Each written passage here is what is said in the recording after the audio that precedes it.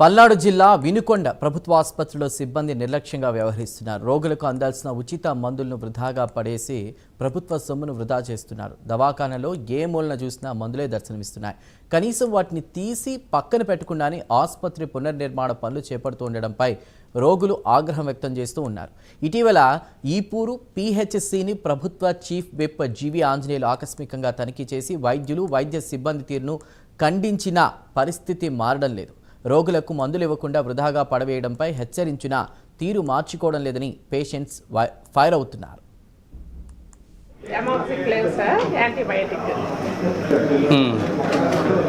Sugar టాబ్లెట్లు, okay, fever టాబ్లెట్లు, chest పెయిన్కి సంబంధించినవి, యాంటీబయాటిక్స్ ఉన్నాయి,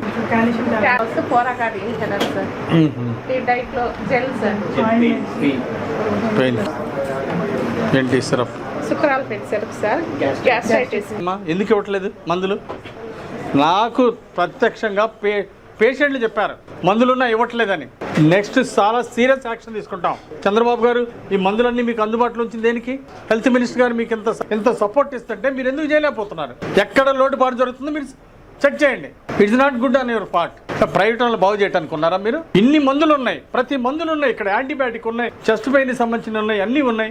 ఇన్ని మందులు ఉన్నప్పుడు ఎందుకు ఇవ్వరు పేషెంట్లకి? గుంటూరు వినుకొండ గవర్నమెంట్ హాస్పిటల్కి వెళ్ళండి, అందులో పేషెంట్లు చెప్పిన మాట.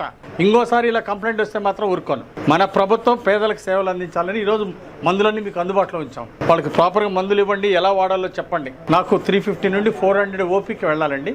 మీరందరూ మీటింగ్ పెట్టుకొని టీం వర్క్ చేయండి. అమ్మా ఇంకోసారి కంప్లైంట్ వస్తే మాత్రం